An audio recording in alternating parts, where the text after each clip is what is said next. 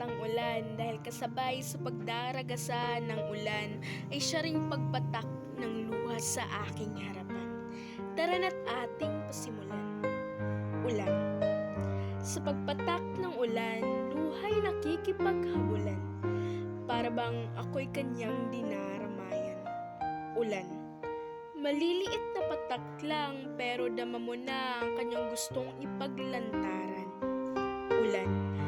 4 na letra pero pinapahiwatig nito'y di mo kailanman malilimutan dahil sa masasakit na pangyayari sa kanyang nakaraan. Nakaraan na di malimot-limot sa kanyang isipan sapagkat di madali ang kanyang pinagdaanan sa himpilan ng kanyang angkan.